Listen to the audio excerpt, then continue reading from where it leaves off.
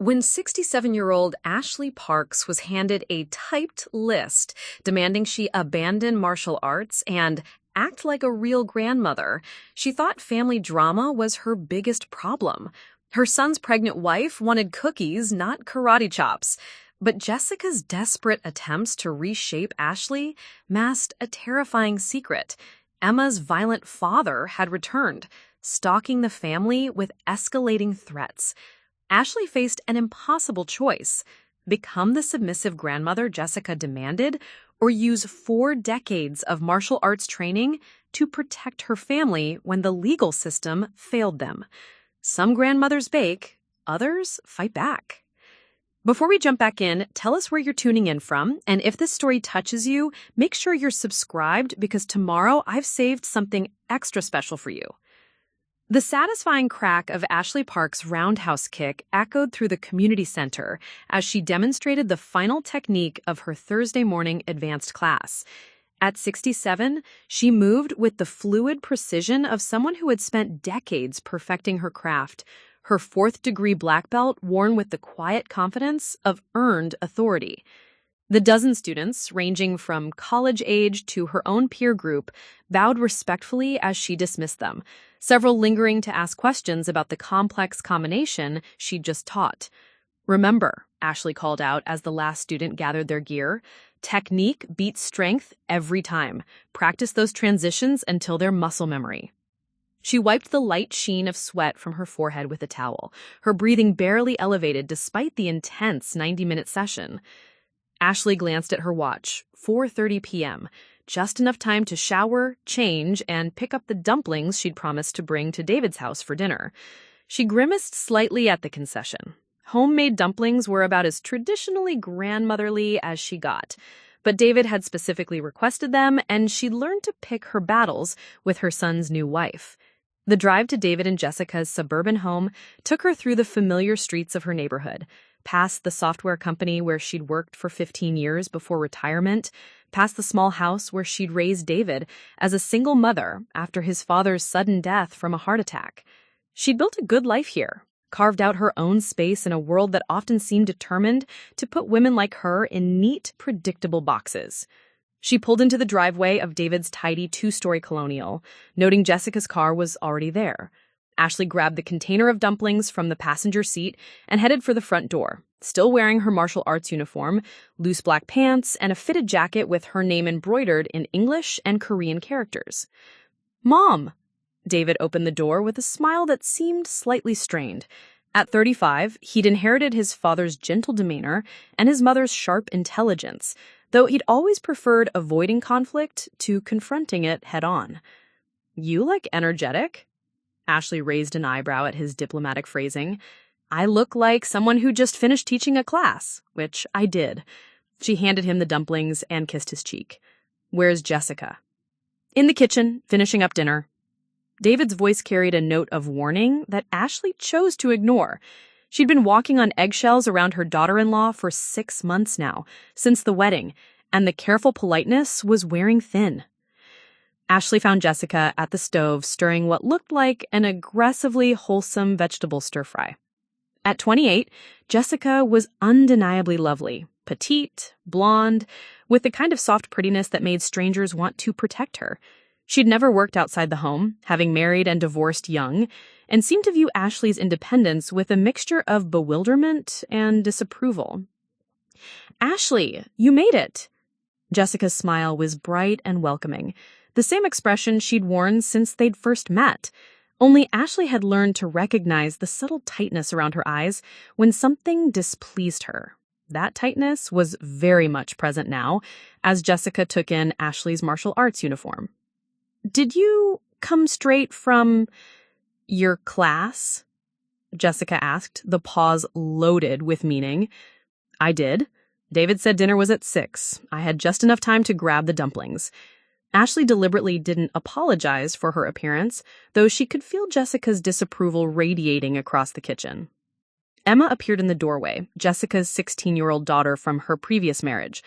The girl was all angles and quiet observation, with dark hair that fell across her face and eyes that missed nothing. She'd been polite but distant since Ashley had entered the family, but something in her expression tonight seemed different, more attentive, almost hopeful. "Hi, Mrs. Parks." "Emma, how was school today?" "Fine."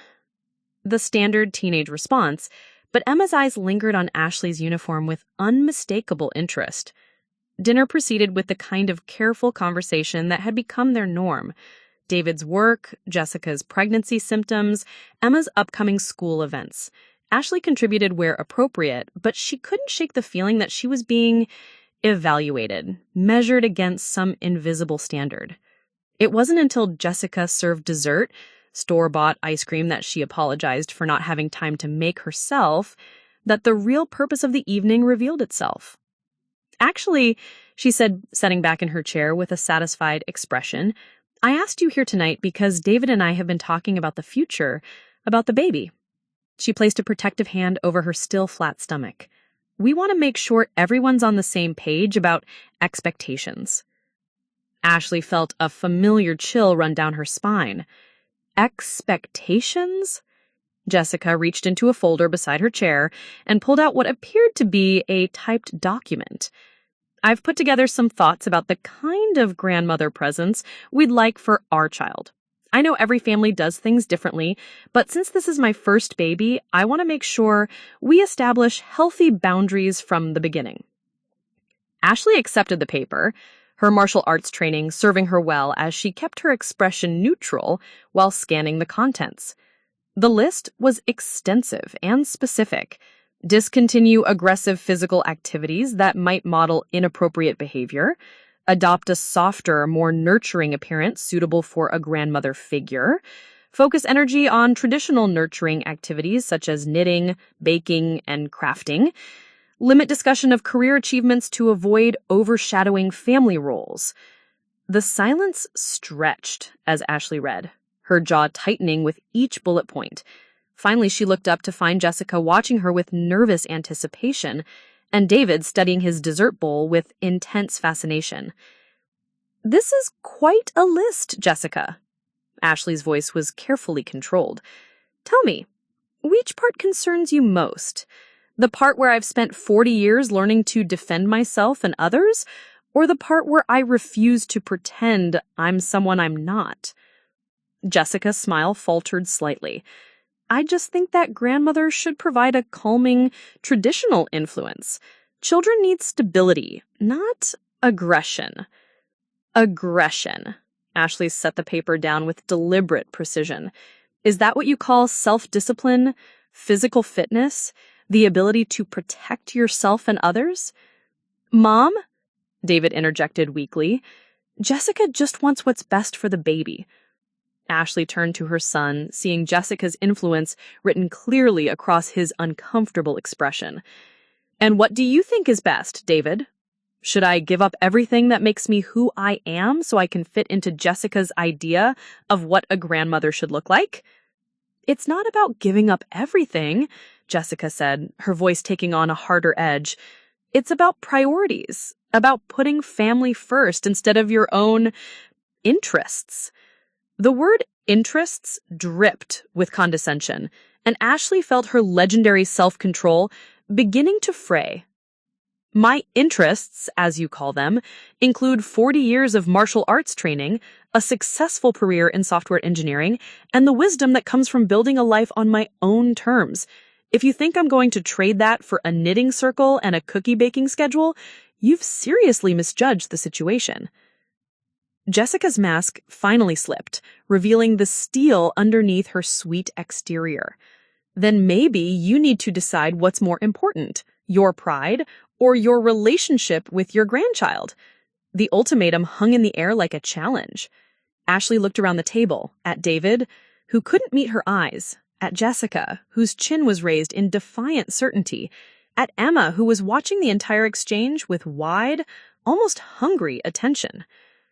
Ashley stood up, her movements fluid and controlled, despite the emotion churning beneath the surface. "I think I've heard enough for one evening." She looked directly at Jessica. "I'll consider your suggestions, but I won't be bullied into becoming someone I'm not even for family." She kissed David's forehead and nodded to Jessica. "Thank you for dinner." As she headed for the door, she felt a light touch on her arm. Emma had followed her into the hallway and quickly pressed a folded piece of paper into her hand. "Mrs. Parks?" Emma whispered, glancing toward the dining room where her mother and stepfather were engaged in urgent, quiet conversation. Could you maybe teach me some of what you know about defending yourself?" Ashley looked down at the girl's earnest face, seeing something familiar in her eyes, a hunger for strength, for the confidence that came with knowing you could protect yourself. "We'll see, sweetheart." Emma nodded quickly and disappeared back into the dining room. Ashley pocketed the note and let herself out, the cool evening air hitting her like a relief after the stifling atmosphere inside. Ashley drove home, her mind racing through the evening's events. Jessica's demands weren't just about traditional gender roles, they were about control. "I didn't say that." Helen's voice was patient but firm. "I'm saying that understanding her motivations might help you find a strategy that doesn't involve choosing between your family and your identity." Before Ashley could respond, the sound of footsteps in the hallway caught their attention. David appeared in the doorway, looking distinctly uncomfortable in his pressed khakis and button-down shirt. His eyes widened as he took in the scene, his 67-year-old mother in fighting stance, sweat dampened and clearly in her element, facing off against another woman his mother's age who looked equally formidable. "Mom?" David's voice carried the same note of bewilderment she'd heard when he was 12 and had walked in on her practicing forms in the backyard. "What are you— I came to talk about last night." Ashley straightened, suddenly aware of how she must look to her son. Hair pulled back in a practical ponytail, workout clothes clinging to her still athletic frame, hands wrapped for sparring. This was her world, her sanctuary, and David had never really seen her in it before. "Helen, this is my son, David. David, Helen Watanabe." Helen bowed slightly, a gesture David awkwardly returned. "Your mother speaks of you often. All good things." David's smile was strained. "Right. Mom, could we talk privately?" Ashley glanced at Helen, who was already gathering her things. "I'll see you Thursday for class," Helen said quietly. "Think about what I said." When they were alone, David seemed to deflate slightly. "Mom, about last night—" "You mean about how you sat there while your wife handed me a list of ways to change my entire personality?" Ashley kept her voice level, but she could see David flinch at her directness. "She's pregnant, Mom. She's emotional and scared about being a good mother. Can't you just, compromise a little?" "Compromise." Ashley repeated the word, like it left a bad taste in her mouth. "David, she wants me to stop practicing martial arts. She wants me to change how I dress, how I spend my time, what I talk about. That's not compromise. That's capitulation." David ran a hand through his hair, a gesture he had inherited from his father. "It's just that this is all so aggressive. I never really understood how intense this stuff is." He gestured vaguely at the dojo around them. Ashley felt something cold settle in her chest. "Aggressive? Look at this place. Look at you right now. It's intimidating, Mom. Maybe Jessica has a point about it not being appropriate for a grandmother." The words hit Ashley like a physical blow. Her own child, the child she'd raised to be strong and independent, had been so thoroughly influenced by his wife's narrow worldview that he could no longer see his mother's strength as anything but something to be ashamed of. "David Parks," Ashley said, her voice dropping to the tone she'd used when he was in serious trouble as a child, "I have been practicing martial arts since before you were born. It taught me discipline, confidence, and the ability to protect myself and the people I love, including you.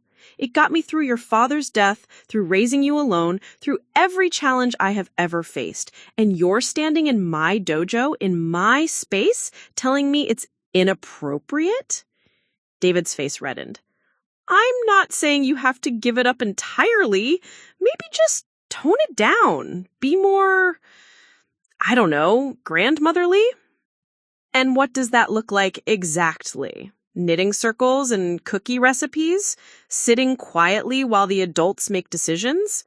It's not like that. It's exactly like that. Ashley's voice was sharp now, her patience finally wearing thin.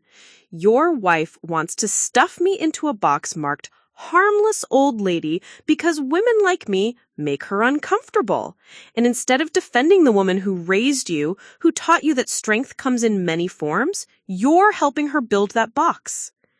The silence that followed was heavy with years of unspoken tension. David had always been proud of his mother's accomplishments, but he'd also always been slightly embarrassed by how different she was from other mothers. Ashley could see that conflict playing out across his face now. I just want everyone to get along, David said finally, his voice small. Getting along isn't the same thing as being accepted, and acceptance that requires me to deny who I am isn't worth having. Their conversation was interrupted by a tentative knock on the dojo's open door. Emma stood in the entrance, her school backpack slung over one shoulder and an expression of nervous determination on her face.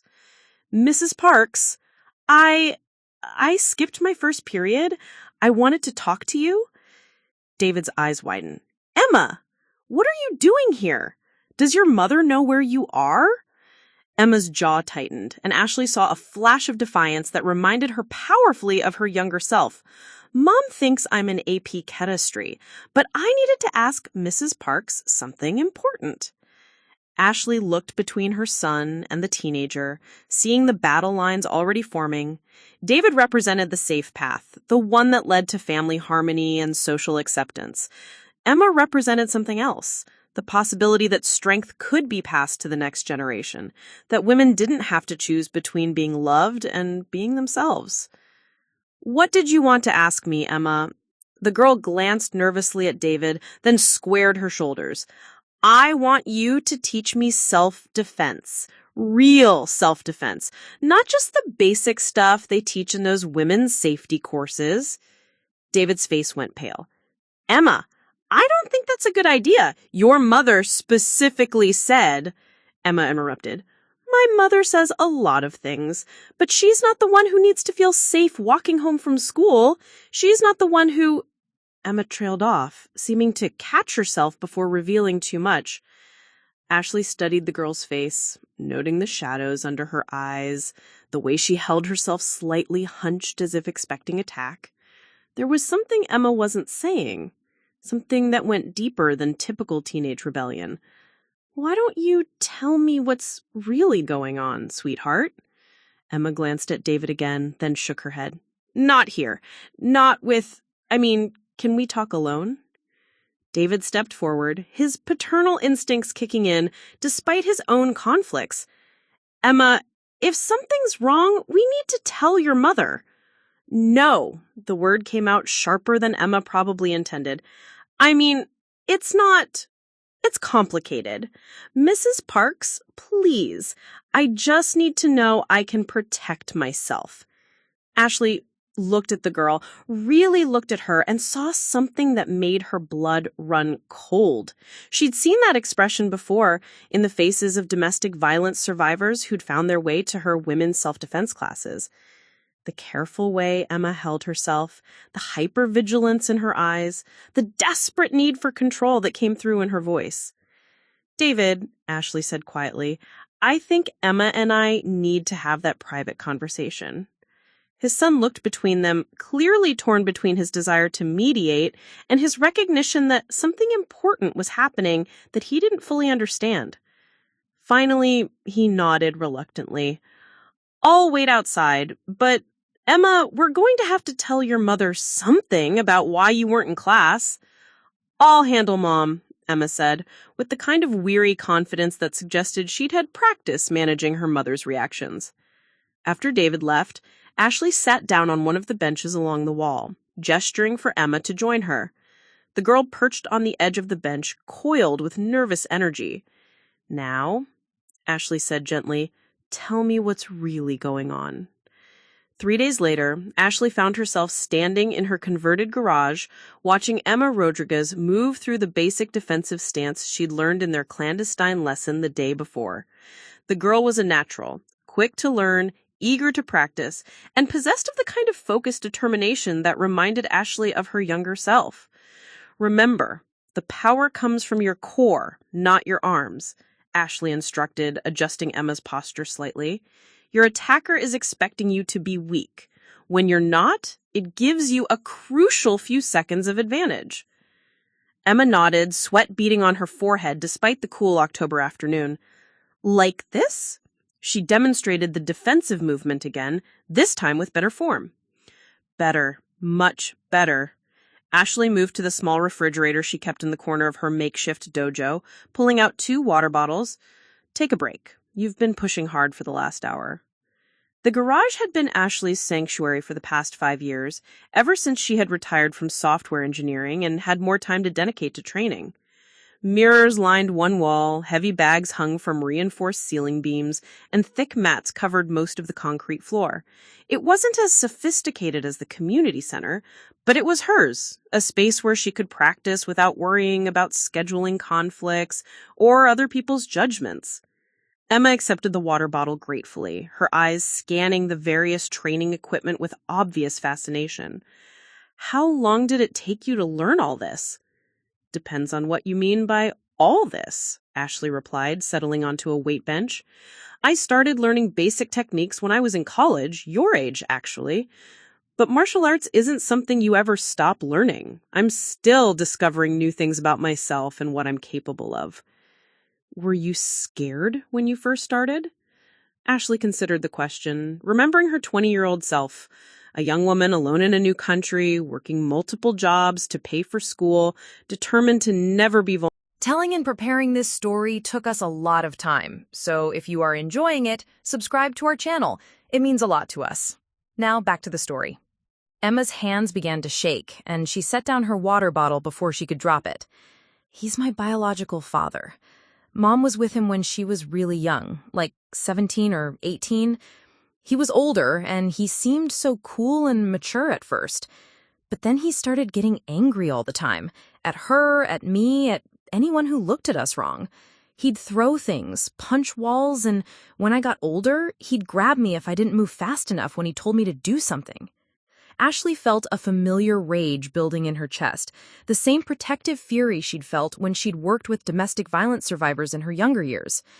How old were you when your mother left him? 8? Maybe 9? It's hard to remember exactly because Mom moved us around a lot after that. Different apartments, different schools. She was always afraid he'd find us. Emma wiped her eyes with the back of her hand. And now I think he has. Does your mother know you found the phone? No, and I can't tell her. She'll just move us again, and I can't keep starting over. I like David. I like our house. I don't want to have to run away again because of something that happened before I was even 10. Ashley understood the girl's dilemma, but she also recognized the danger in keeping such a significant threat secret. Emma, if Marcus is contacting your mother, this isn't something you can handle alone. But I don't have to be helpless, right? That's what you've been teaching me, right? That I can learn to protect myself? Before Ashley could answer, the sound of a car door slamming in the driveway made both women freeze. Through the garage's single window, Ashley could see Jessica's silver SUV parked at an angle that suggested she'd been driving fast and braked hard. Shit, Emma whispered. She's supposed to be at her doctor's appointment for another hour. The side door to the garage burst open without a knock, and Jessica stormed in, her face flushed with anger and something that looked like panic. Her eyes took in the scene, Emma in workout clothes, sweating and breathing hard, Ashley in her training gear, the mats and equipment that made the garage's purpose unmistakable. I knew it, Jessica said, her voice shaking with fury. I knew you were lying to me, Emma. The school called to say you missed your last 3 classes, and when I drove by the library, your bike wasn't there. Emma straightened, some of the confidence she'd been building over the past few days evident in her posture. I can explain. You can explain why you're here, learning violence from someone who's supposed to be family? Jessica turned her attention to Ashley, and the mask of polite sweetness she'd worn for months finally slipped completely. And you. I specifically asked you to stay away from my daughter. I told you that this kind of thing wasn't appropriate, and you decided to corrupt her behind my back anyway. Ashley stepped forward, placing herself slightly between Jessica and Emma, a positioning that was not lost on either of them. Emma asked for my help. She wants to learn self-defense, and I think that's admirable. Self-defense. Jessica's laugh was sharp and bitter. Is that what you call this? Teaching a 16-year-old to punch and kick and hurt people? I'm teaching her to protect herself, Ashley replied, her voice calm but firm. There's a difference between aggression and self-defense. One is about hurting others, the other is about preventing yourself from being hurt. She doesn't need to protect herself. She has a family who protects her. She has David and me and a safe home. She doesn't need to learn how to fight because she doesn't need to fight anyone. What if you're wrong, Mom? What if the safe home isn't as safe as you think it is? Something flickered across Jessica's face. Fear, recognition, or maybe guilt. What is that supposed to mean? It means maybe I don't want to spend the rest of my life being afraid. Maybe I want to know that if something happens, I can handle it myself instead of just hoping someone else will save me. Jessica's face went pale. Nothing is going to happen. I've made sure nothing is going to happen. Like you made sure before? The words slipped out before Emma could stop them, and saw the girl immediately regret her honesty. Jessica's composure cracked completely. That was different. We were different. I was young and stupid, and I made bad choices. But we're past that now. We're safe now. Are we? Emma pulled the prepaid phone from her pocket and held it out. Then why is Marcus calling this number 20 times a day? The silence that followed was deafening. Jessica stared at the phone as if it were a snake, her face cycling through expressions of shock, fear, and desperate calculation. Where did you get that? Jessica's voice was barely a whisper. Your purse. I know you've been talking to him, Mom. I know he's back.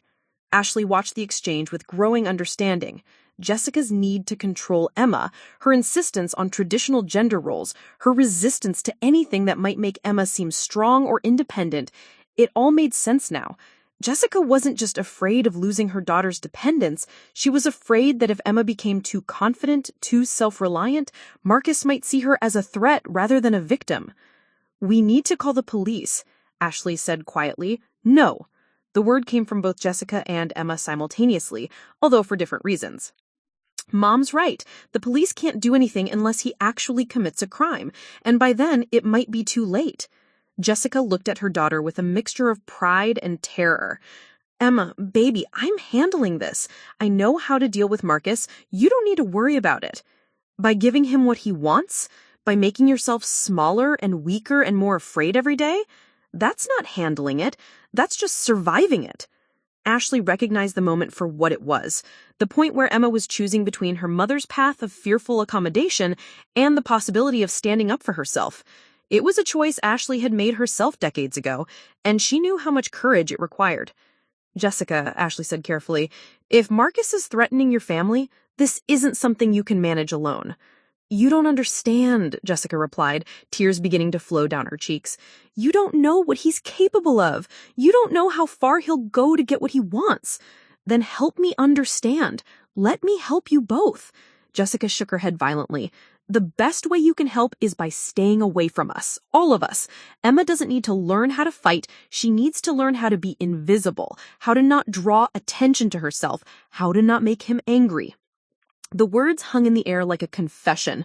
Ashley understood now that Jessica's attempts to reshape her hadn't just been about traditional gender roles, they'd been about survival strategy. In Jessica's world, women stayed safe by being small, quiet, and non-threatening. The idea of a woman like Ashley, confident and capable and unafraid, was terrifying because it represented everything Marcus would want to destroy. Emma said, Mom, I can't live my whole life trying not to make him angry, and neither can you. Before Jessica could respond, the sound of David's car pulling into the driveway interrupted the confrontation. Through the window, Ashley could see her son getting out of his sedan, his expression worried as he took in the scene of cars parked at odd angles and the open garage door. We're going to continue this conversation, Ashley said quietly, but not here and not like this. Emma, go home with your mother. Jessica, We need to talk, really talk about what's happening and how to keep everyone safe. Jessica gathered herself, wiping her tears and trying to reassemble her composure. Come on, Emma, we're leaving. Emma looked between her mother and Ashley, her expression torn. Finally, she bent down and picked up her water bottle. Thank you, she said quietly to Ashley, for teaching me that I don't have to be afraid all the time. As Jessica and Emma left through the side door, David appeared in the main garage entrance, his face full of confusion and concern. Mom, what the hell is going on? Jessica just ran past me crying, and Emma looked like she'd been hit by a truck. Ashley began stripping off her training gloves, her movements sharp with suppressed anger. Your wife has been keeping some very important information from all of us, and it's about to put everyone we care about in danger. 2 weeks of Arctic silence settled over the Parks family like a heavy blanket. Ashley continued her regular routines, teaching her community center classes, maintaining her training regimen, and managing her small consulting business. But the absence of her family felt like a physical ache. David had called twice, brief conversations that skirted around the real issues and ended with promises to work things out somehow.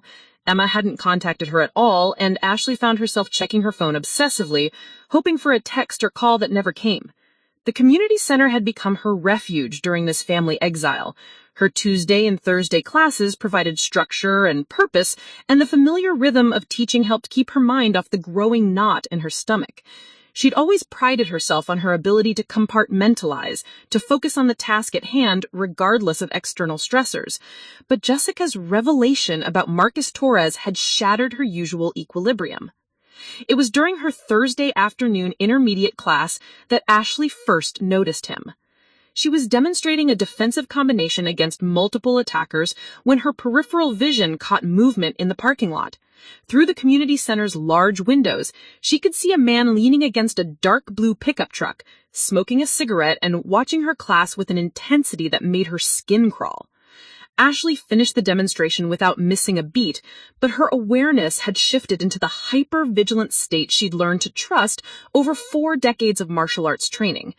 The man was in his early 30s, medium height and build, with dark hair and the kind of casual arrogance that came from men who'd learned they could intimidate others through peer presence. He wasn't watching the class the way a potential student might. He was watching her, specifically, studying her movements with the focused attention of someone gathering intelligence. Partner up and practice that sequence, she instructed her students, then moved to the window for a better look. The man noticed her attention and had the audacity to smile and wave. Ashley was in the middle of explaining pressure point techniques when she noticed Emma hovering in the hallway outside the main exercise room. Their eyes met through the glass doors, and Ashley saw desperation and fear written clearly across the teenager's face. "Continue practicing with your partners," Ashley told her class. "I'll be right back." She found Emma in the hallway, pressed against the wall as if trying to make herself invisible. The girl was shaking, not from cold, but from the kind of deep, own-level fear that came from prolonged stress. "Emma, what are you doing here? Does your mother know where you are?" Emma shook her head, tears beginning to spill down her cheeks. "I told her I had debate team practice. Mrs. Parks, I'm scared. He's back. Marcus is back, and Mom's trying to handle it alone, and I think she's making everything worse." Ashley glanced back at her class, then made a decision. "Helen," she called to her assistant instructor, "can you take over for a few minutes?" Helen nodded, understanding immediately that something serious was happening. Ashley guided Emma to a small office space the community center let her use for administrative work, closing the door behind them. "Tell me what's been happening." Emma collapsed into one of the office chairs, her composure finally cracking completely. "He showed up at Mom's work last Monday, just walked into the dental office where she does bookkeeping and asked to schedule an appointment. He was all smiles and charm, telling the receptionist he was an old friend, but Mom saw him through the window and had a complete panic attack." Ashley felt her blood run cold. Marcus was escalating, moving from phone calls to direct contact. "What did your mother do?" "She left work early, picked me up from school, and we spent the night at a hotel. But we can't keep doing that. She's already missed 3 days of work, and David doesn't understand why she's acting so strange." "She still hasn't told David about Marcus?" Emma shook her head miserably. She's convinced that if she just handles it quietly, he'll get bored and go away. But Mrs. Parks, I don't think he's going away. I think he's just getting started. Ashley pulled out her phone, scrolling through her contacts to find David's number. We need to tell your stepfather what's happening. He can't protect you if he doesn't know there's a threat. No! Emma grabbed Ashley's wrist with surprising strength. Please! Mom made me promise not to tell anyone. She says if we involve David or the police, Marcus will just get angrier and do something worse. Ashley had heard this logic before from abuse survivors, the belief that compliance and secrecy would somehow appease their abuser and keep everyone safe. It was a survival strategy born from trauma, but it rarely worked long-term. Predators like Marcus fed on fear and isolation. The more their victims tried to manage the situation alone, the bolder they became. Emma, your mother is doing what she thinks will keep you safe, but she's wrong. Marcus isn't going to just lose interest and leave you alone. Men like him see silence as permission to escalate. I know that. Emma's voice cracked with frustration. I've been trying to tell her, but she won't listen. She just keeps saying she knows how to handle him, that she did it before and she can do it again. But Mrs. Parks, she's falling apart. She's not eating, she's not sleeping, and yesterday I caught her looking at apartment listings in other states. The pieces clicked into place for Ashley. Jessica wasn't just trying to manage Marcus. She was preparing to run again, just as she had when Emma was 8 years old. And Emma, now 16 and old enough to understand what that would mean, was desperate to find another solution. Is that why you're here? Because you don't want to move again? Emma nodded, wiping her yos on her sleeve. I can't keep starting over. I can't keep losing everything every time he decides he wants us back. Mrs. Parks, you said I don't have to be powerless. You said I could learn to protect myself. I need you to teach me how to fight him. Ashley felt her heart break a little at the desperation in Emma's voice. The girl was asking for the impossible. There was no amount of self-defense training that could prepare a 16-year-old to face down a grown man with a history of violence and intimidation. But Ashley also understood that Emma needed to feel like she had some agency in a situation where she'd been rendered completely helpless. Emma, you can teach me techniques that might help you get away from him if he corners you. But the most important thing I can teach you is that this isn't your fight. Marcus is an adult making adult choices to threaten and terrorize you and your mother. Stopping him isn't your responsibility. Then whose responsibility is it? Emma's voice was small and defeated. Mom won't get help. David doesn't even know what's happening. The police can't do anything until he actually commits a crime. So who's going to stop him? Before Ashley could answer, her phone buzzed with a text message from Helen. Your class is asking when you'll be back. Also, there's a man in the parking lot who's been watching the building for the last 10 minutes. Ashley's blood chilled. She moved to the office's single small window, peering out at the parking lot. There, parked in the same spot where she'd first noticed him, was Marcus Torres in his blue pickup truck. This time he wasn't trying to be subtle. He was staring directly at the building, smoking another cigarette, and clearly waiting for something. Emma, I need you to stay in this office and lock the door behind me. Why? What's wrong? Emma followed Ashley's gaze out the window and went rigid with terror. Oh God, that's him. That's Marcus. How did he know I was here? Ashley's mind raced through the possibilities. Either Marcus had been following Emma, which seemed unlikely given her careful behavior, or he'd been watching Ashley and had seen the girl arrive. Either way, his presence here was a direct threat to Emma's safety. Listen to me very carefully, Ashley said, her voice dropping into the calm, authoritative tone she used during crisis situations. I'm going to go out there and deal with Marcus. While I'm doing that, I want you to call your mother and tell her exactly where you are and what's happening. Then I want you to call David and tell him the same thing. No more secrets, no more trying to handle this alone. Emma's face was white with fear, but she nodded. What are you going to do? Ashley checked her phone to make sure Helen's message about her class was accurate, then tucked it into her pocket. I'm going to go have a conversation with your father, and I'm going to make sure he understands that his intimidation tactics aren't going to work on our family.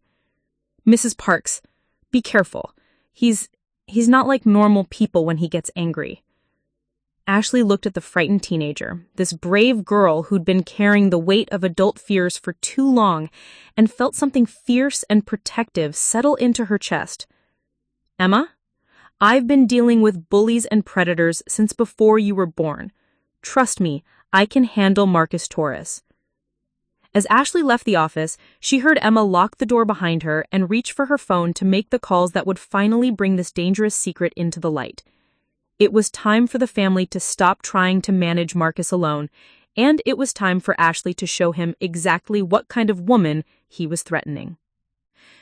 Marcus's hand tightened on the steering wheel as Ashley Parks walked across the parking lot towards his truck, her stride confident and purposeful despite the obvious danger he represented. She moved like a woman who'd never learned to be afraid, and that both intrigued and irritated him. Most women cowered when they sensed his attention. This one was walking directly into confrontation. He'd been watching Ashley for over a week now, trying to understand what made Jessica's new mother-in-law so different from the usual collection of weak-willed suburban women he'd encountered. From his surveillance, he'd learned that she lived alone, maintained unusual physical fitness for a woman her age, and spent significant time at places like this community center teaching other women how to fight. What he couldn't figure out was why Jessica was so afraid of this woman's influence on Emma. From his perspective, Ashley Parks seemed like exactly the kind of strong female role model that would benefit his daughter.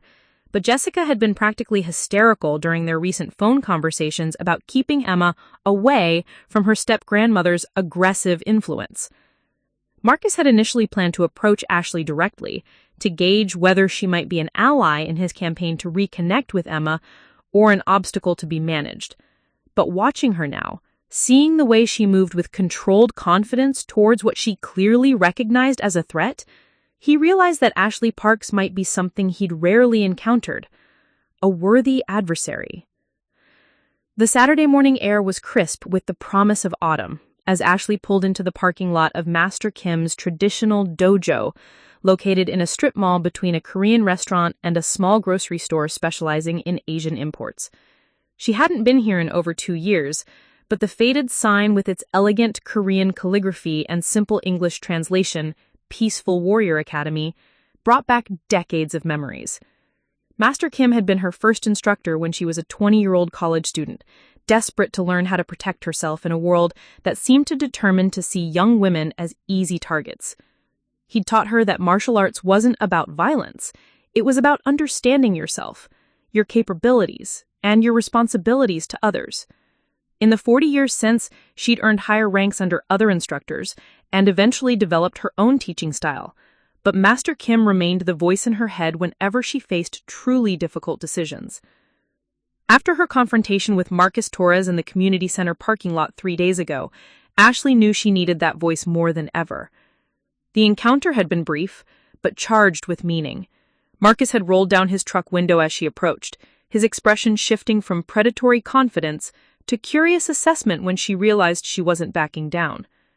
"Mrs. Parks, right?" His voice had been pleasant, almost friendly, but Ashley had recognized the undertone of threat that bullies use to maintain control while appearing reasonable. "And you are," Ashley had replied, although she already knew the answer. "Marcus Torres, Emma's father." He'd let the words hang in the air, waiting to see how she'd react. Master Kim emerged from the small office in the back, moving with the fluid economy of motion that marked a true master. At 72, he was still lean and straight-backed, his white hair cropped short and his eyes alert with the kind of intelligence that came from a lifetime of studying human nature through combat. "Ashley," he said, bowing slightly, "it has been too long." She returned the bow, feeling 18 years of accumulated stress begin to ease just from being in his presence.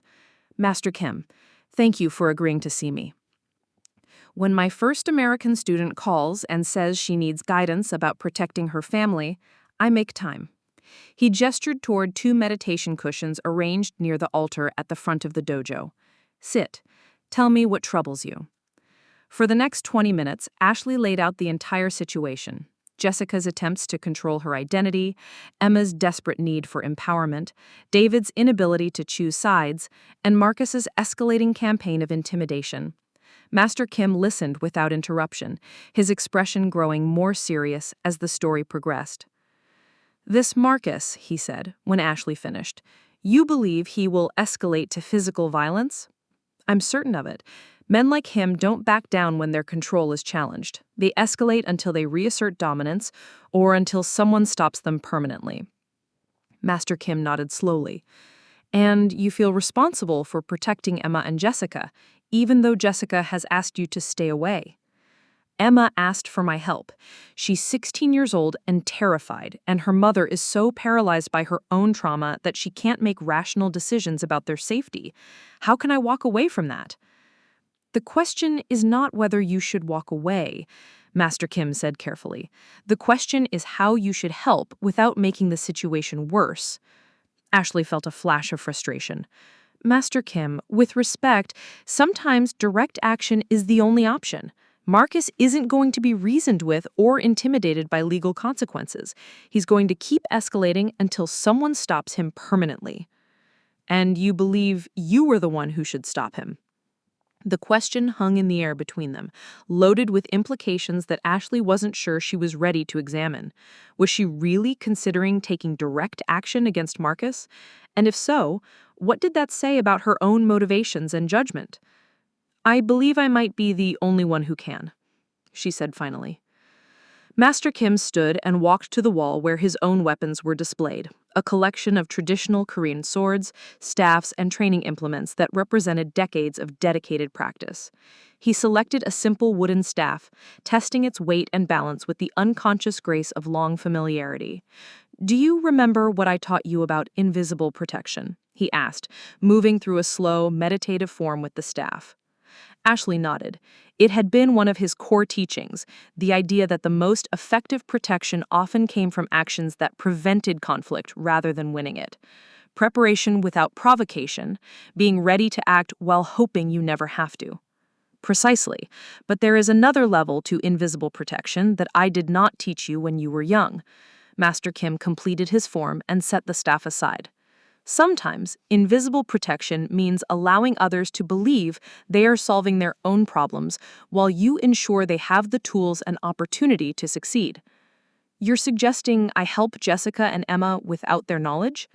"I am suggesting that forcing people to accept help they are not ready to receive often makes them more vulnerable, not less. Jessica is trying to protect her daughter using the only methods she knows. Instead of challenging those methods directly, perhaps you could supplement them." Ashley considered the implications. Master Kim was suggesting a more subtle approach, working behind the scenes to ensure Jessica and Emma's safety while allowing Jessica to maintain the illusion of control. It would require patience and strategic thinking rather than direct confrontation, qualities that Ashley had developed in her professional life but struggled to apply when her family was threatened. "How do I supplement their protection without Jessica's knowledge?"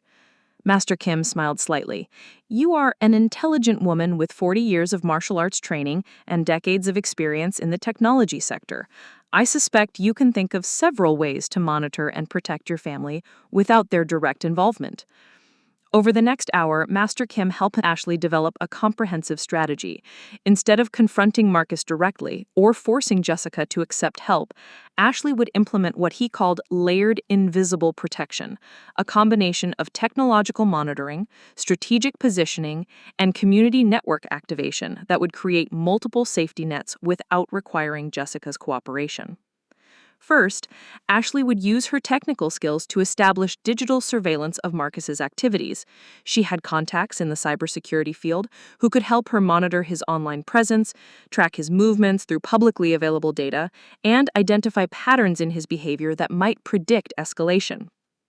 Second, Ashley would position herself strategically throughout Emma and Jessica's daily routines, not close enough to trigger Jessica's defensive reactions, but near enough to respond quickly if Marcus made a move.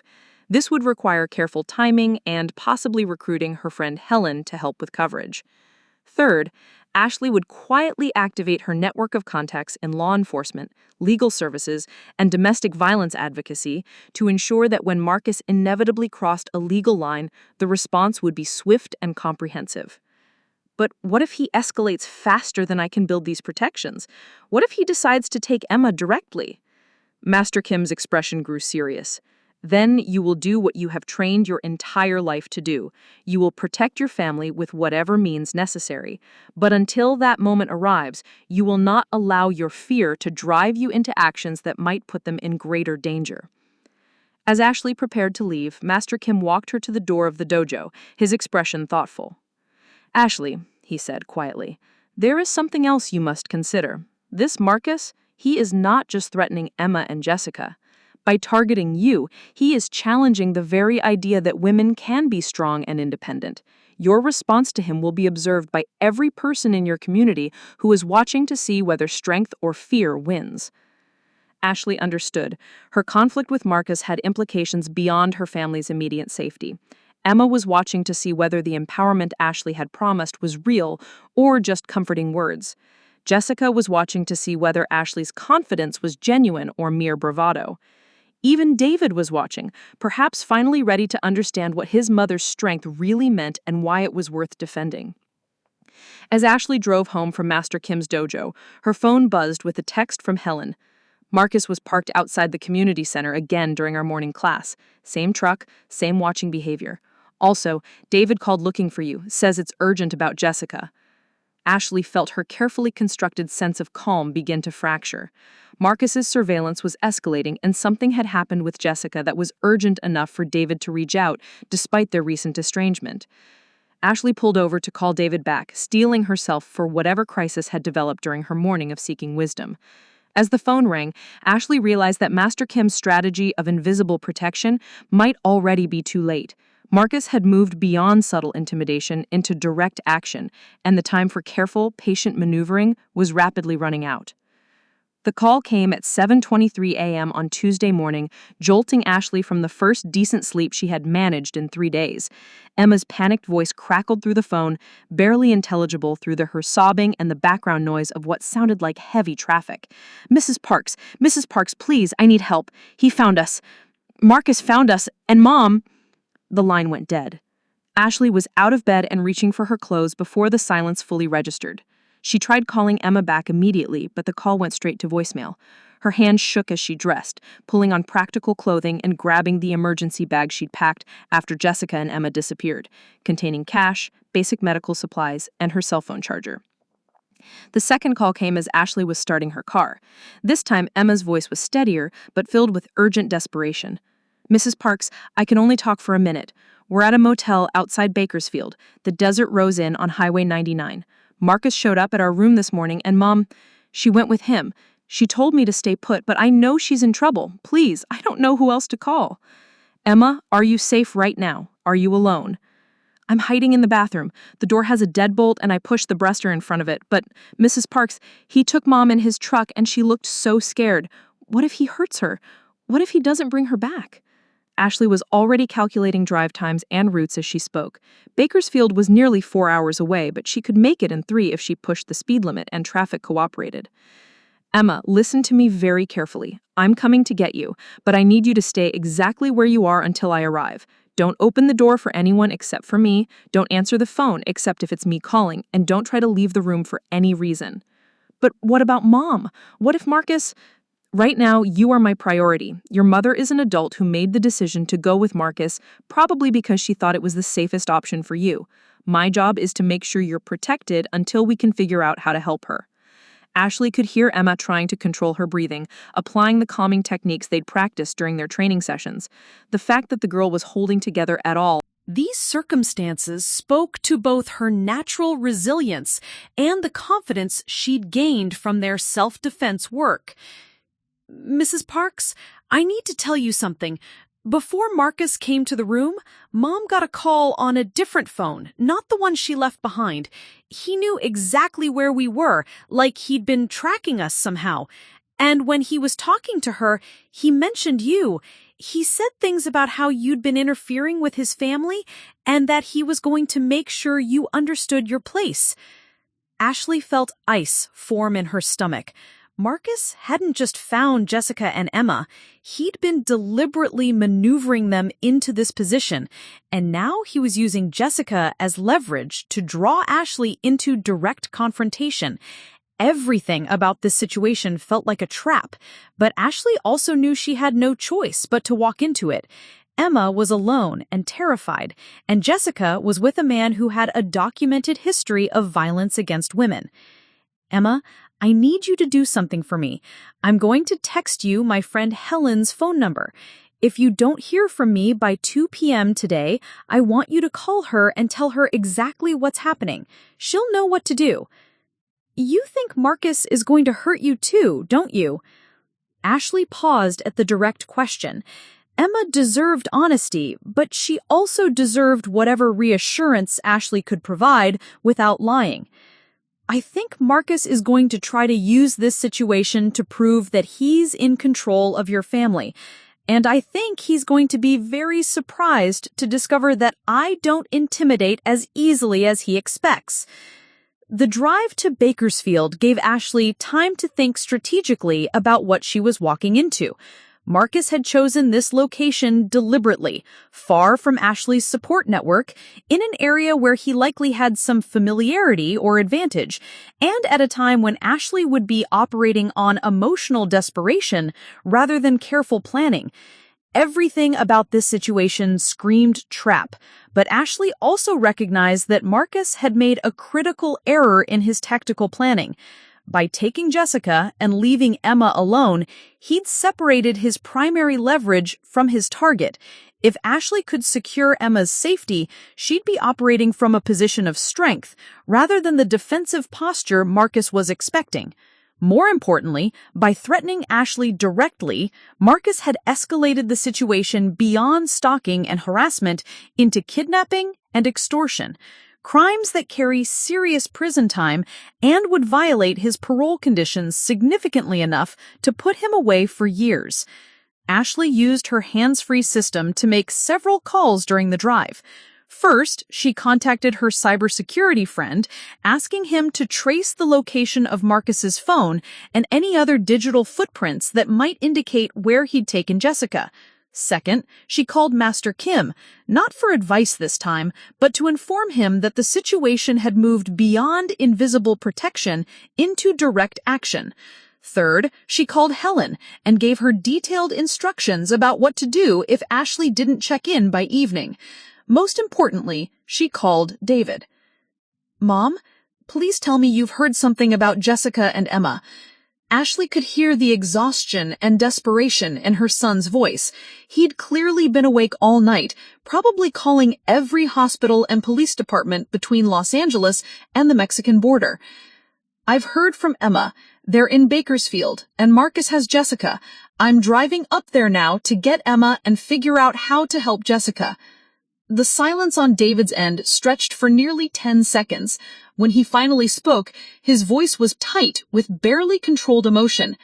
"I'm coming with you." "No, David, you're not." "Like hell I'm not. That's my wife, Mom. That's my family." Ashley understood his need to act, but she also knew that David's presence would complicate an already dangerous situation. Marcus was counting on Ashley's emotional involvement to make her reckless. Adding David's panic and inexperience to the mix would only give Marcus more advantages. "David, I need you to stay by your phone and coordinate with law enforcement. If this goes wrong, you'll be our connection to getting professional help quickly. That's not a lesser role. It's crucial. You're planning to confront him directly, aren't you?" "Mom, this isn't a martial arts competition. This is a guy who's already shown he's willing to kidnap people. You could get killed." Ashley had been avoiding that possibility, but David's blunt statement forced her to confront it directly. Marcus was younger, stronger, and had already demonstrated willingness to use violence against women. Ashley's training gave her advantages in technique and experience, but it didn't make her invulnerable. "David, 40 years ago, I started learning martial arts because I was tired of being afraid. I was tired of feeling helpless when men decided they had the right to control or hurt me. Everything I've learned since then, Every belt I've earned, every class I've taught has been preparing me for a moment like this. A moment like what? Ashley thought about Emma, hiding in a bathroom and trusting Ashley to rescue her. She thought about Jessica, probably convinced that going with Marcus was the only way to protect her daughter. And she thought about all the women in her self-defense classes who needed to believe that strength and training could actually make a difference when it mattered most. Ashley arrived at the Desert Rose Inn just before noon, her adrenaline spiking as she took in the rundown motel with its faded pink stucco walls and half-empty parking lot. It was exactly the kind of place where someone could disappear quietly, far enough from major population centers that screaming wouldn't draw attention, isolated enough that Marcus could control the entire environment. Ashley answered Emma's knock on room 237 with obvious relief, unlocking multiple locks and throwing herself into Ashley's arms with the desperate gratitude of someone who'd been holding terror at bay through pure willpower. "Thank God you're here," Emma whispered, her face pressed against Ashley's shoulder. "I've been so scared. What if he hurts Mom? What if he comes back for me?" Ashley held the girl tightly, allowing herself a moment to provide comfort before shifting into tactical mode. "Tell me exactly what happened this morning, every detail you can remember." Over the next 20 minutes, Emma recounted the morning's events with impressive clarity given her emotional state.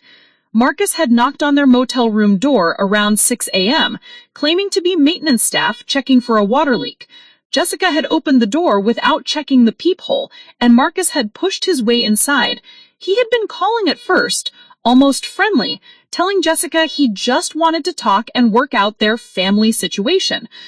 The conversation quickly turned threatening when Jessica tried to refuse his demands to return home with him. Marcus had made it clear that he knew exactly where they were at all times, that running was pointless, and that his patience with Jessica's games was exhausted. When Jessica continued to resist, Marcus showed her photos on his phone, pictures of David's house, Ashley's car, even images of Emma's high school friends. He said he could hurt anyone he wanted, whenever he wanted. Emma continued, her voice shaking with anger as much as fear. He told Mom that if she didn't come with him willingly, he'd start with the people she cared about most. That's when she agreed to go. Ashley felt the pieces clicking into place. Marcus wasn't planning to simply intimidate Jessica and release her. He was planning to rebuild the family dynamic he'd lost when Jessica left him years ago. Emma wasn't just leverage. She was the prize he was trying to reclaim. "Emma, I need to ask you something, and I need you to be completely honest with me. Do you think your mother would have gone with Marcus if she hadn't been trying to protect other people?" Emma considered the question carefully. "No, Mom is tougher than she looks when it's just about herself, but when it comes to protecting people she loves, she'll do anything, even things that put her in danger." Ashley nodded, recognizing the same protective instinct that had driven her own decisions over the past few days. Jessica's choice to go with Marcus hadn't been weakness or surrender. It had been a strategic sacrifice to protect her daughter and the rest of her family. But Marcus had miscalculated by leaving Emma behind. He had assumed that taking Jessica would neutralize Ashley's involvement, but instead he'd given Ashley both motivation and freedom of action.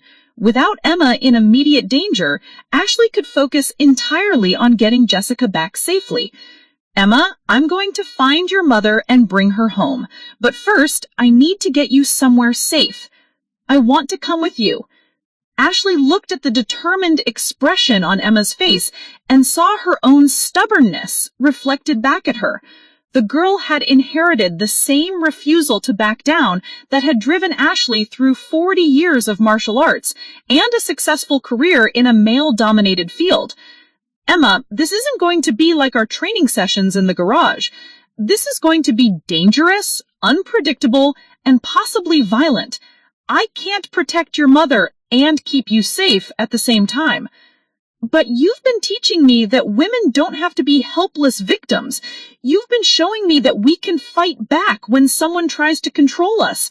How can you ask me to hide when my own mother needs help? Ashley felt the weight of her own teachings being turned back on her. Everything she'd told Emma about female empowerment and self-reliance was now being used to argue for putting the girl in greater danger. "If you come with me," Ashley said finally, "you follow my instructions absolutely. No improvisation, no heroics, no taking risks to try to help. Your job will be to stay safe and call for backup if things go wrong." Emma nodded eagerly. "I promise. I just need to know that I tried to help her. I can't hide in a bathroom while someone hurts my mom." As Ashley and Emma prepared to leave the Desert Rose Inn, Ashley's phone buzzed with a text from an unknown number. "Mrs. Parks, I believe you're looking for Jessica. We should meet and discuss this situation like adults. Old Miller Road, mile marker 7, 1 hour. Come alone, or Jessica pays the price for your poor judgment." Ashley showed the message to Emma, who went pale but squared her shoulders with determination. "He wants to meet you alone?" "Yes, he does, which means you're going to stay in the car, hidden, with instructions to call 911 if I'm not back in 30 minutes. Emma nodded, but Ashley could see the fear and anger warring in her expression. The girl was about to watch the woman she'd come to see as a mentor walk into direct confrontation with the man who'd terrorized her childhood. As driving toward the meeting location, Ashley felt the familiar pre-competition calm settling over her, the mental state she'd learned to access before tournaments and testing situations. But this wasn't about earning points or demonstrating technique. This was about proving that 40 years of training had prepared her to protect the people she loved when words and legal protections weren't enough. Marcus Torres was about to discover that some grandmothers fought back. The emergency family meeting convened in David and Jessica's living room at 8:47 p.m. on Wednesday evening, less than 18 hours after Ashley had driven Marcus Torres' unconscious body to the Kern County Sheriff's Department and watched him get loaded into an ambulance under armed guard. Jessica sat curled into one corner of the couch, a blanket wrapped around her shoulders despite the warm October evening, her face bearing the faint yellowing of a bruise along her left cheekbone that makeup couldn't quite conceal. Emma occupied the opposite corner, staying close enough to her mother for comfort, but maintaining the determined posture she'd developed since her afternoon of watching Ashley negotiate the return of her mother through what could only be described as controlled violence.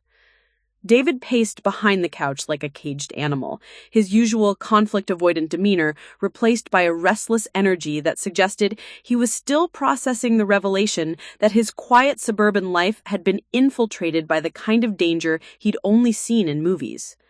Helen Watanabe sat in the armchair by the window, her presence both moral support for Ashley and witness to whatever family reckonings were about to unfold. Ashley stood near the fireplace, still wearing the same clothes she'd put on that morning when Emma's panicked phone call had launched her into the most intense day of her life since David's birth 35 years ago. Her knuckles bore the evidence of her afternoon's work, scraped and swollen from the brief but decisive encounter with Marcus, but her posture remained straight and alert. The silence stretched for nearly a minute before David finally stopped pacing and turned to face the room. "I need someone to explain to me how my wife and stepdaughter could be terrorized by a violent criminal and I, their supposed protector, could be completely oblivious to the danger they were facing." His voice carried a mixture of anger, guilt, and bewildered hurt that made Ashley's chest tighten with sympathy. David had spent his entire adult life believing that problems could be solved through careful communication and reasonable compromise. The discovery that his family had been living in fear while he planned nursery colors and debated baby names had shattered his worldview as thoroughly as Marcus's arrest had shattered Jessica's belief that accommodation was her only option for survival. Jessica pulled the blanket tighter around herself, her voice barely audible when she finally spoke. "I was trying to protect you, both of you. I thought if I could just manage Marcus quietly, keep him calm and satisfied, he'd eventually get bored and leave us alone. Manage him? David's voice rose with incredulous anger. Jessica, the man kidnapped you. He held you against your will for 8 hours, threatened to kill you, and according to the police report, physically assaulted you when you tried to escape. That's not something you manage. That's something you call the police about. Emma straightened slightly, her voice stronger than her mother's, but still carrying undertones of exhaustion. David, you don't understand what Marcus is like. Calling the police just makes him angrier. Mom tried that before when I was little, and it only made things worse. Worse how? Ashley asked gently, recognizing that Emma was finally ready to talk about the childhood trauma she'd only hinted at during their training sessions. Emma glanced at her mother, who nodded with resigned permission. The first time Mom got a restraining order against Marcus, he burned down our apartment building. Nobody could prove he did it, but we knew. The second time, he followed me to school every day for 3 weeks, staying just far enough away to be legal, but close enough that I could see him watching me. Mom would pick me up and we'd drive around for hours, trying to make sure he wasn't following us home. David sank into a chair, the color draining from his face as he processed Emma's words. Jesus Christ, how old were you? 7 the first time, 8 when we finally moved away. By the time I was 9, I knew that calling for help just made Marcus more creative about hurting us. Helen spoke for the first time since arriving, her voice gentle but firm. Emma, what Marcus did to you and your mother was criminal behavior. The failure of the system to protect you doesn't mean that asking for help was wrong. It means the system failed you. But it did fail us, Jessica said, tears beginning to flow down her cheeks. Every time I tried to get help, Marcus found a way to make us pay for it. So I learned to keep him happy, to give him what he wanted when he wanted it, and to make myself invisible when he was angry. Ashley moved to the couch and sat down between Jessica and Emma, her presence solid and protective. Jessica, those survival strategies worked when you were young and had no resources, but you're not that person anymore. You have a husband who loves you, a community that would support you, and access to legal and law enforcement resources that didn't exist or didn't work properly 15 years ago. I know that intellectually, Jessica replied, wiping her eyes with the back of her hand. But when Marcus showed up again, I just reverted. I became that terrified 19-year-old girl who thought her only options were compliance or catastrophe. David leaned forward in his chair, his voice softer now, but still carrying an edge of frustrated confusion. But why didn't you trust me? We're married, Jessica. We're building a life together.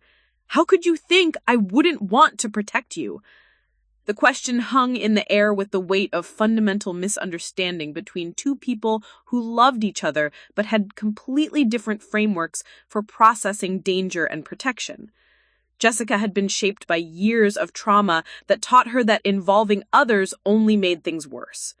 David had been shaped by a relatively privileged life that taught him that problems could be solved through proper channels and reasonable discussion. Jessica said, I did trust you. I trusted you to be the kind of man who deserved a peaceful, normal life. I trusted you to be someone who shouldn't have to deal with my past mistakes and the violence that came with them. My past mistakes? Ashley's voice carried a sharp edge that made everyone in the room look at her. Jessica, you were a teenager when you met Marcus. You were 17 years old when he started isolating and controlling you. The choices you made then weren't. He'd never really considered David's perspective on being excluded from the crisis. I thought you'd want to confront him directly. Or maybe you'd want us to move away, start over somewhere else. Or maybe you'd decide that I came with too much baggage, too much danger, and that you deserved a wife who didn't bring violent ex-boyfriends into your life. David stopped pacing and stared at his wife with an expression of hurt bewilderment. Jessica, I love you. I love Emma. I married you knowing you had a complicated past, and I was okay with that. because your past made you who you are. Someone strong enough to survive what you survived and still build a life for yourself and your daughter. Emma's voice was soft but carried a note of wonder. You really would have helped us, wouldn't you? Even knowing how dangerous Marcus is, even knowing it might put you at risk too? Of course I would have helped you. That's what families do. They protect each other. David's voice grew stronger as he seemed to find his footing in this new reality. I may not have Ashley's martial arts training or her experience dealing with dangerous people, but I'm not helpless.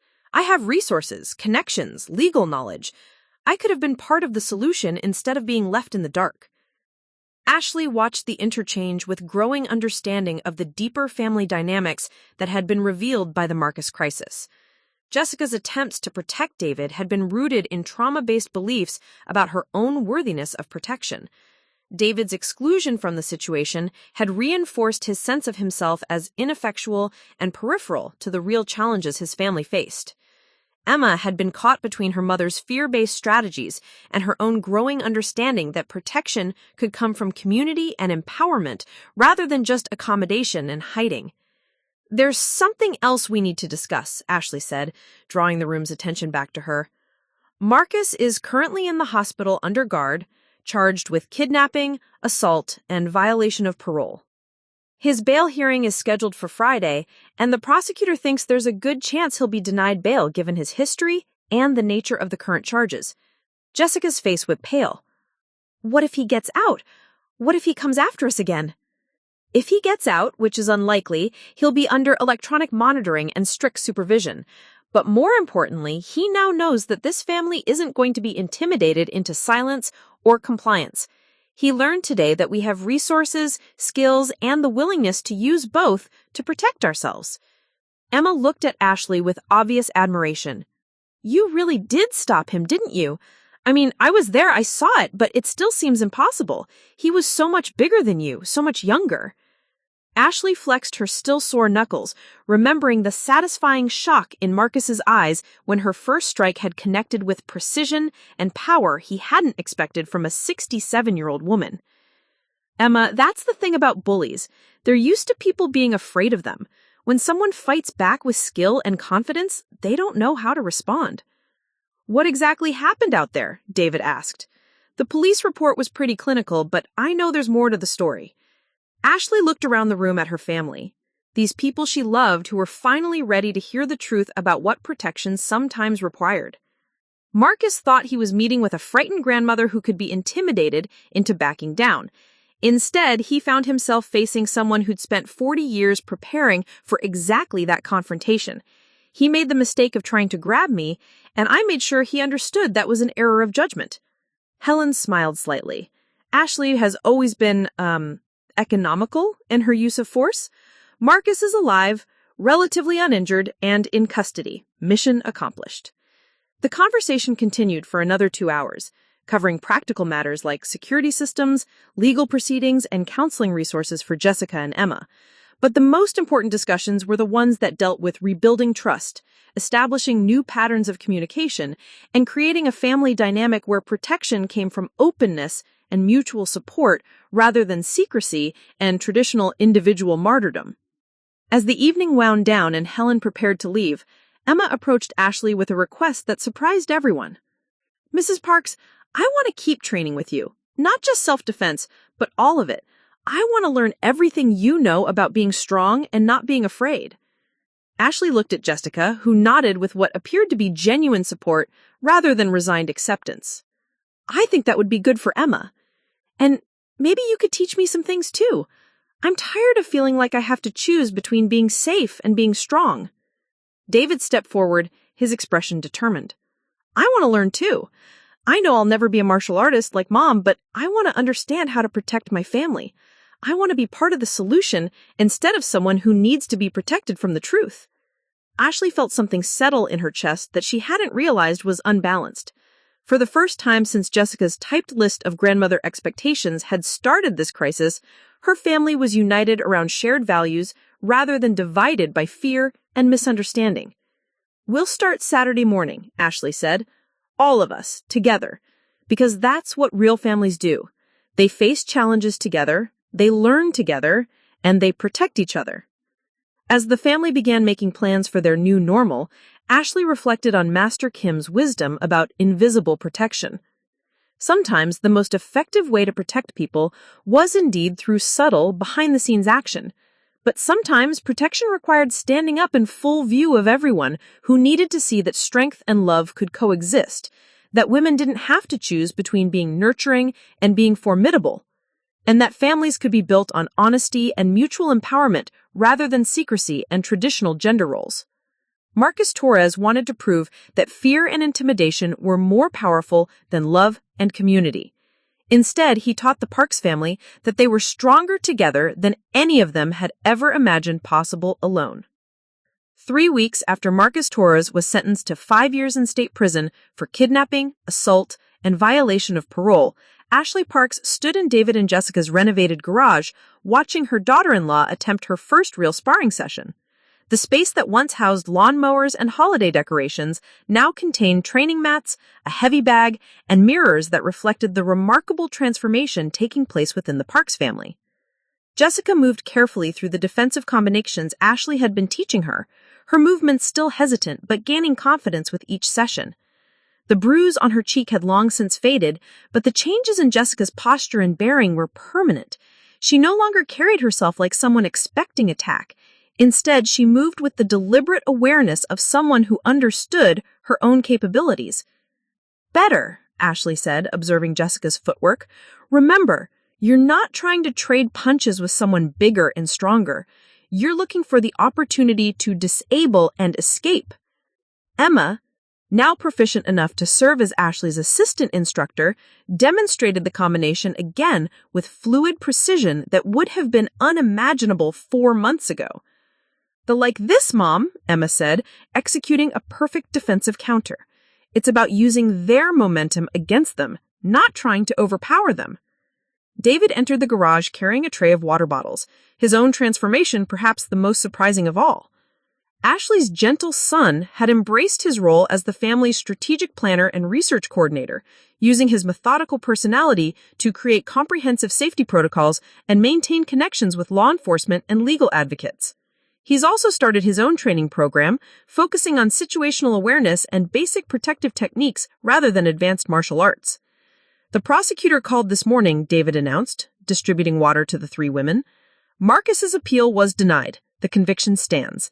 And with his prior record, he'll serve the full 5 years without possibility of early release." Jessica accepted this news with the calm composure that had replaced her previous panic responses. "Good. That gives us time to build something strong enough that he can't tear it down when he gets out." Ashley smiled at her daughter-in-law's words. Jessica had stopped thinking of Marcus's eventual release as an inevitable catastrophe and started viewing it as a manageable challenge for a future version of herself who would be prepared rather than helpless. The family's transformation hadn't been without complications. Jessica's pregnancy had added complexity to her training regimen, requiring modifications to techniques and careful attention to her body's changing capabilities. David had struggled initially with watching his wife and mother engage in combat training, his instinct to protect conflicting with his growing understanding that true protection sometimes meant empowering others to protect themselves. Most challenging had been Emma's processing of her childhood trauma. As she'd grown stronger and more confident, she'd also begun experiencing flashes of anger at the years she'd spent afraid and powerless. Ashley and Helen had helped her channel that being afraid that I didn't realize I was angry. Really, really angry.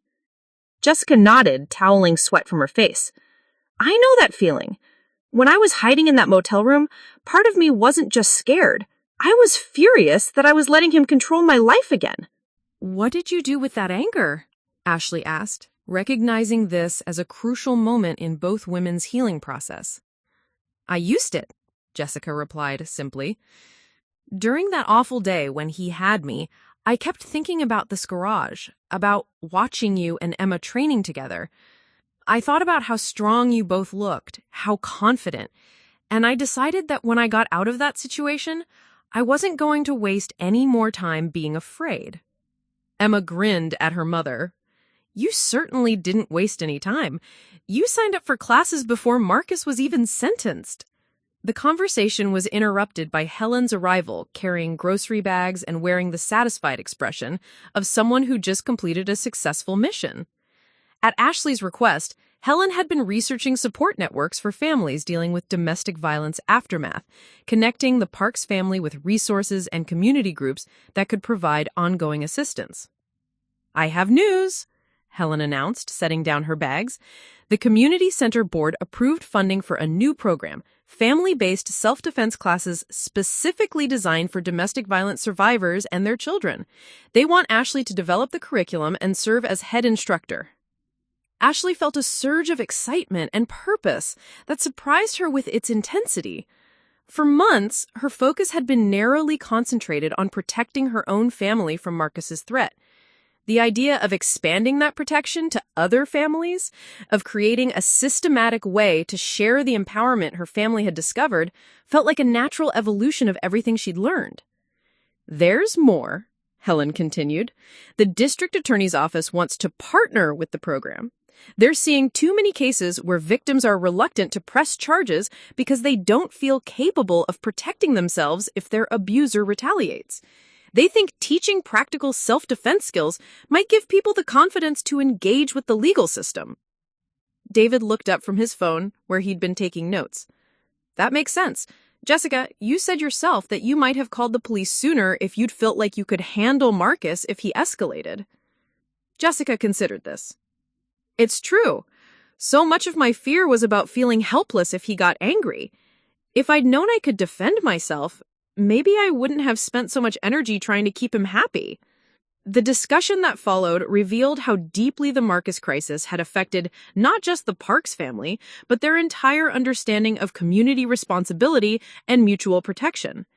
Ashley realized that her confrontation with Marcus had been witnessed, in various ways, by dozens of people: her students at the community center, her neighbors, Emma's friends and teachers, even the law enforcement officers who'd processed Marcus's arrest.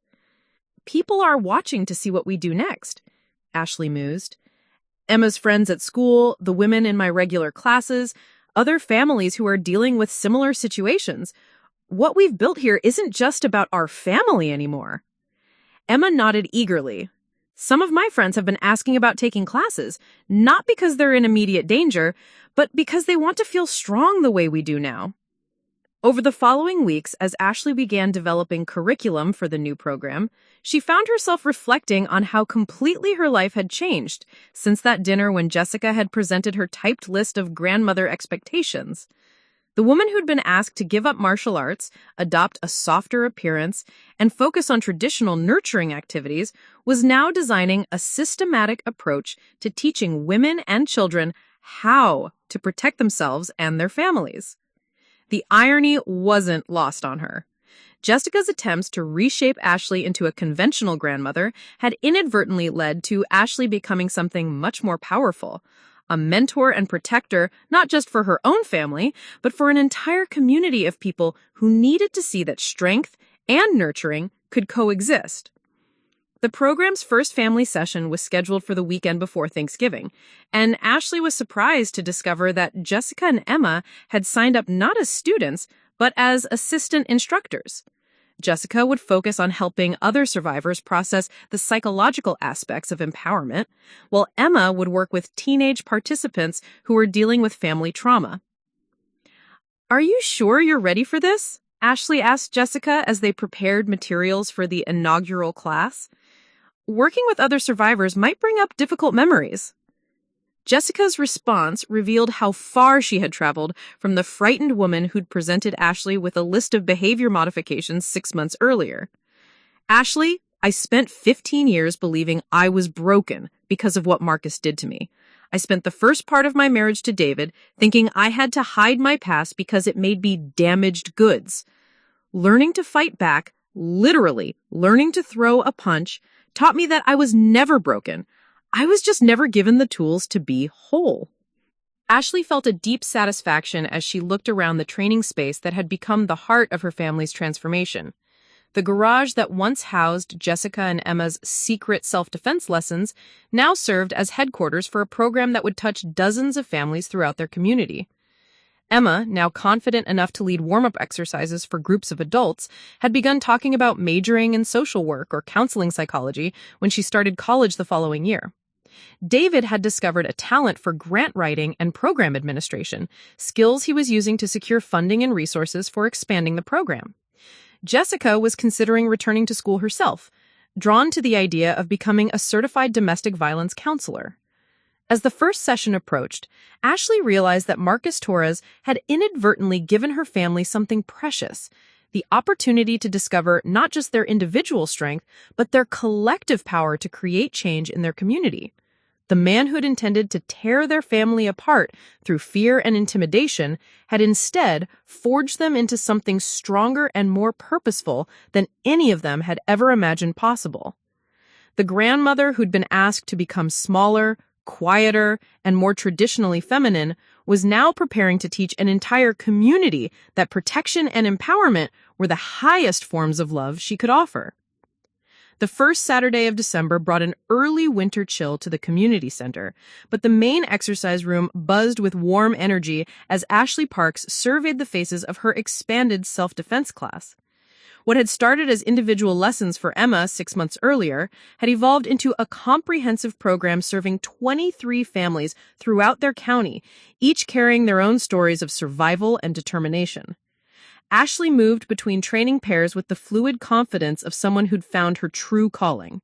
At one station, she worked with Maria Santos, a recent widow whose husband's death had left her feeling vulnerable for the first time in 30 years.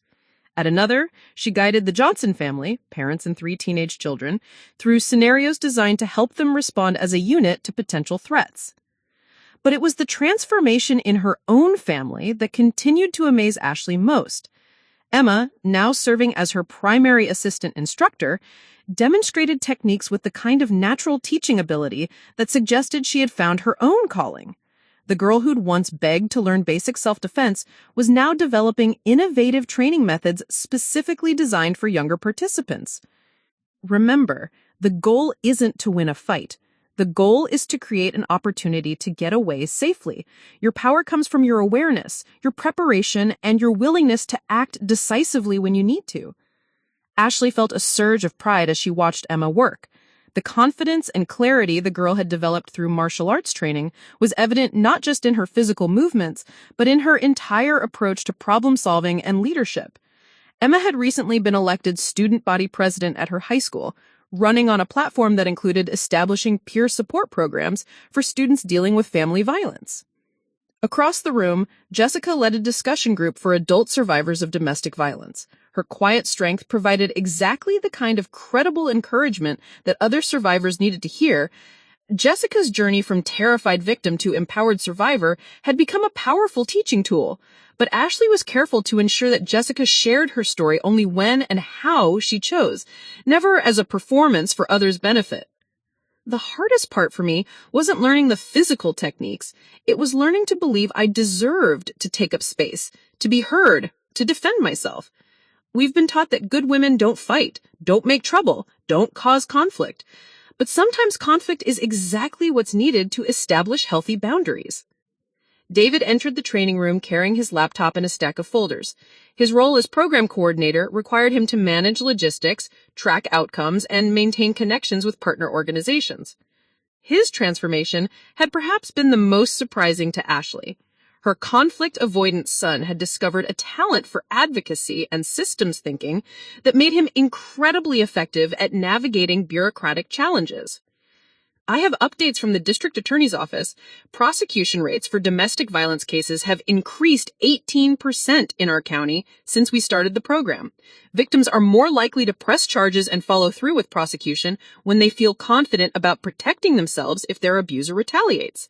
The statistics represent real families, real people who'd found the courage to seek justice because they no longer felt helpless in the face of potential retaliation.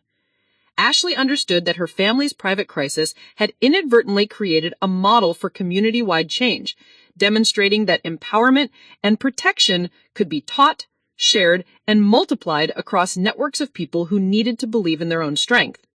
The program's success had attracted attention from unexpected quarters. The local police department was sending officers to observe their training methods, looking for techniques they could adapt for their own style of policing. Could incorporate into their own community policing initiatives. The county school district was exploring ways to integrate awareness and empowerment training into their health and safety curricula. Even local businesses were requesting workshops for employees who might encounter domestic violence situations in their work. But perhaps most importantly, Ashley had discovered that the qualities Jessica had originally wanted her to suppress, her strength, her directness, her refusal to be diminished by others' expectations, were exactly the qualities her family and community most needed her to embrace. As they prepared for the state conference, Emma approached Ashley with a request that surprised and delighted her. "I want to tell our story at the conference, not just the program we developed, but how we got here. I think people need to hear that transformation is possible, that families can come through crisis stronger than they started." Ashley looked at this remarkable young woman who'd grown from a frightened teenager into a confident leader and felt a deep satisfaction that had nothing to do with martial arts techniques or program statistics. Emma's willingness to share their family's story represented the ultimate victory over Marcus's campaign of fear and intimidation, the transformation of trauma into testimony, of pain into purpose. "Are you sure you're ready for that level of public exposure?" Ashley asked. Emma's smile was radiant with confidence. "Mrs. Parks, you taught me that we don't have to be afraid. You showed me that strength isn't something we have to hide or apologize for. If sharing our story helps other families find their own strength, then I want to share it." As Ashley prepared for what would become the most important presentation of her career, she realized that Jessica's original assessment had been both completely wrong and entirely accurate. Ashley Parks was not the traditional grandmother Jessica had wanted. She would never be someone who expressed love through cookies and knitting circles. But she had become exactly the grandmother her family needed, a woman who taught them that love sometimes required strength, that protection could be shared and multiplied, and that the most important legacy she could leave was the knowledge that they were capable of defending themselves and the people they cared about. The warrior grandmother had emerged not through conflict with her family, but through leading them into their own power. 2 years after Marcus Torres began serving his sentence, Ashley Parks stood at the front of a packed auditorium at the state capitol, looking out at an audience that included legislators, law enforcement officials, domestic violence advocates, and families who traveled from across the region to hear about the Parks Family Empowerment Model. The program that had begun in David and Jessica's converted garage now operated in 12 counties with plans for statewide expansion already in development. More importantly, the philosophy behind it, that protection could be taught, shared, and multiplied through family and community networks, was being adopted by organizations throughout the country. But today's presentation wasn't about statistics or program expansion. Today was about the story that had started with a grandmother who'd been asked to become smaller and instead helped her family discover just how large they could become. Emma, now 18 and preparing to start college on a full scholarship for her work in community violence prevention, walked to the podium with the confident bearing of someone who'd never forgotten the lessons Ashley had taught her about taking up space in the world. Up next, we have 2 more incredible stories that are waiting for you. Just click the image you want to watch and it will take you there. If you enjoyed this video, make sure to subscribe. It would mean a lot.